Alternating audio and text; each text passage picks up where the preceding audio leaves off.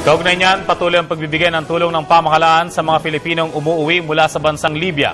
Maliban sa financial assistance na nagkakalaga ng 10,000 piso, nagsagawa din ng DOLE ng job fair para sa mga nirepatriate ng mga Pilipino. Si Dina Pagibitan sa detalye. Dahil prioridad ngayon ng Department of Labor and Employment o DOLE na masiguro ang maayos na kapakanan ng mga overseas Filipino worker na umuwi sa bansa mula sa Libya, nagsagawa ang ahensya ng job fair para sa mga ito.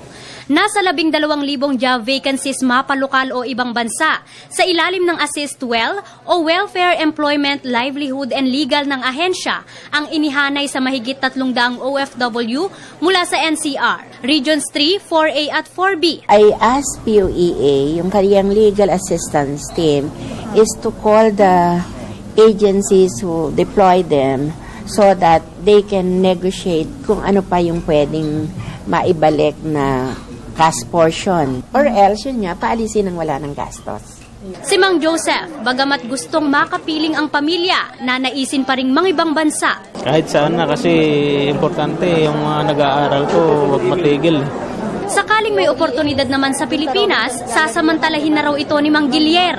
Sir, local or foreign po yung ina-apply natin? Parehas. Para madaling makaalis kasi walang hanap buhay dito sa Pilipinas eh. Burado naman na sa listahan ng nurse na si Jobel ang bansang Libya sakaling makaalis muli. Na-experience ko na kasi mahirap. Ayoko na ulit danasin yung dinanas ko before.